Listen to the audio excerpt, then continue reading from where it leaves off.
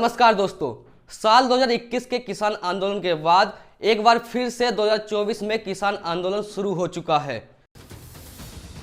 एक बार फिर से किसानों ने दिल्ली सरकार को हिलाने की प्लानिंग तैयार कर ली है। Planning a Delhi Chalo march on February 13th. ये आंदोलन ऐसे समय में आया है जब लोकसभा के चुनाव बिल्कुल पास हैं। ऐसे में ये आंदोलन किसान के साथ साथ सत्ता पार्टी और विपक्षी पार्टी के लिए भी काफी महत्वपूर्ण हो जाता है। और इस समय में केंद्र सरकार किसी भी तरह के आंदोलन और धरने से बचने की कोशिश करती है। ऐसा ही कुछ इस बार के किसान आंदोलन में देखने को मिलता है। केंद्र सरकार किसानों के दिल्ली में पहुंचने से पहले ही पंजाब, हरियाणा, दिल्ली और चंडीगढ़ के बॉर्डर पूरी तरह से सील कर देती है। कटीले तार लगाए जाते हैं, रोडों पर कीलें गाड़ी जाती हैं, कड़ी तरीके से बैरिकेडिंग की जाती है जिससे किसान दिल्ली तक ना पहुंच सके। 13 फरवरी को किसान शंभू बॉर्डर पर पहुंचते हैं। किसान आंदोलन के पहले दिन ही किसानों और पुलिस के बीच में झड़प देखने को मिलती है। इस झड़प में किसान और पुलिस दोनों ही बुरी तरह से घायल हो जाते हैं। हरियाणा पुलिस इसके जवाब में कहती है कि किसान बैरिकेडिंग तोड़ने का प्रयास कर रही थी, जिसके बाद हमने कार्रवाई की तो किसानों ने पत्थर चलाने शुरू कर दिए। स्थिति को कंट्रोल करने के लिए इन्होंने वाटर कैनन, आंसू गोले और रबड़ की गोलियां चलाई, जिसके बाद स्थिति कंट्रोल में आती है। किसानों के मुताबिक जब साल 2021 में किसान आंदोलन खत्म होता है तो बीजेपी सरकार किसानों से कुछ वादे करती है, जिसमें सरकार कहती है कि वह एमएसपी पर कानून बनाने की गारंटी देगी। दूसरा वादा वह करती है कि जो किसान आंदोलन में जिन किसानों पर मुकदमे किए गए थे वो उन मुकदमों को वापस ले लेगी। तीसरा, लखीमपुर खीरी की घटना में जितने किसान मारे गए थे और जो घायल हुए थे, घायल लोगों को सरकारी नौकरी और मारे गए लोगों को 10-10 लाख रुपए सरकार देगी। और जो सबसे बड़ा वादा सरकार की तरफ से किसानों को किया गया था वो था स्वामीनाथन आयोग की सिफारिश के मुताबिक किसानों को उनकी लागत का मूल्य दिया जाएगा। स्वामीनाथन आयोग की सिफारिश कहती है कि जो किसानों की लागत आई है फसल उगाने में, उसका सरकार 1.5 गुना ज़्यादा मूल्य दे, यानी जो सरकार फसल पर एमएसपी देती है उसका 50%। और इस फॉर्मूले को C2 + 50% फॉर्मूला भी कहा जाता है। अब किसानों का कहना है कि सरकार ने उनमें से एक भी वादा पूरा नहीं किया है और हम सरकार को उन्हीं वादों को याद दिलाने और पूरा करवाने के लिए ये आंदोलन कर रहे हैं।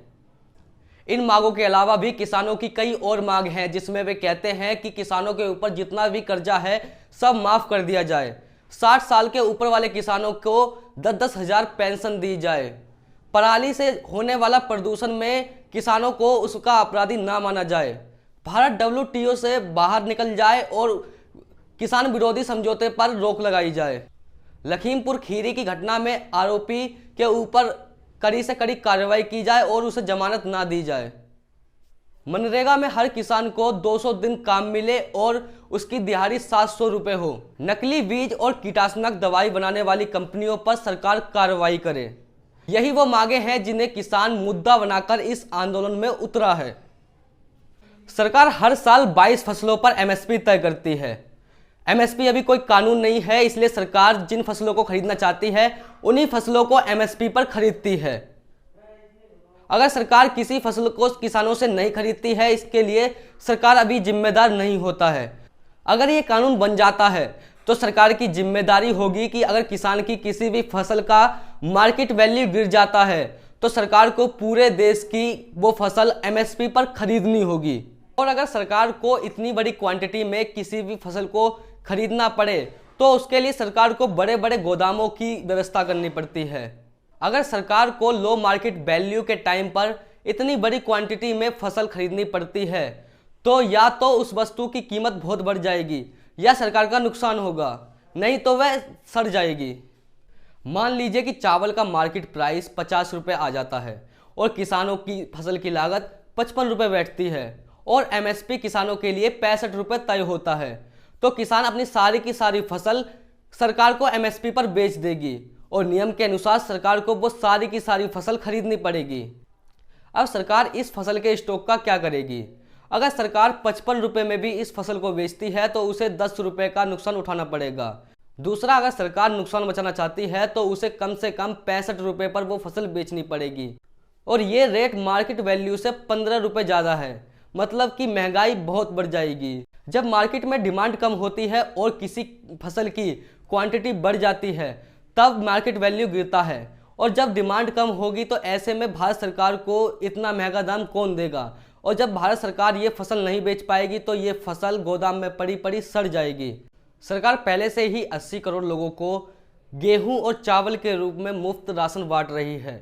इस तरह से सरकार को हर साल 24 बिलियन डॉलर का नुकसान पहले से ही हो रहा है। दूसरा, अगर स्वामीनाथन आयोग की सिफारिश के मुताबिक सरकार किसानों को उनकी फसल का मूल्य देती है तो सरकार को उन्हें C2 प्लस 50% के तहत उन्हें 1.5 गुना ज़्यादा रुपए देने पड़ेंगे। ऐसे में सरकार को डर है कि उनकी अर्थव्यवस्था में ब्रेक ना लग जाए। आंदोलन सिर्फ सरकार को ही नुकसान नहीं पहुंचाता, बार बार होने वाले आंदोलन से देश और राज्य को भी बहुत नुकसान उठाना पड़ता है। पिछली बार का जब आंदोलन खत्म हुआ तब एक आंकड़ा सामने आया जिसमें हरियाणा और पंजाब को हर दिन 3500 करोड़ रुपए का नुकसान झेलना पड़ रहा था। तब यह आंदोलन 378 दिन चला था। इस बार का आंकड़ा और भी बढ़ चुका है। इस बार के आंदोलन में संभावना है कि हर दिन 4000 करोड़ का नुकसान झेलना पड़ेगा। 16 तारीख को जब भारत बंद का कार्यक्रम होगा तो ये नुकसान 26,000 करोड़ तक पहुंच सकता है। आंदोलन की वजह से सरकार वहां पर धारा 144 लगा देती है, इंटरनेट सेवाएं बंद कर देती है, जिससे बड़ी बड़ी कंपनियों को काफी नुकसान उठाना पड़ता है। लोगों को आने जाने में काफी दिक्कत होती है, लोगों को इधर से उधर चीजें पहुंचाने में काफी दिक्कत होती है।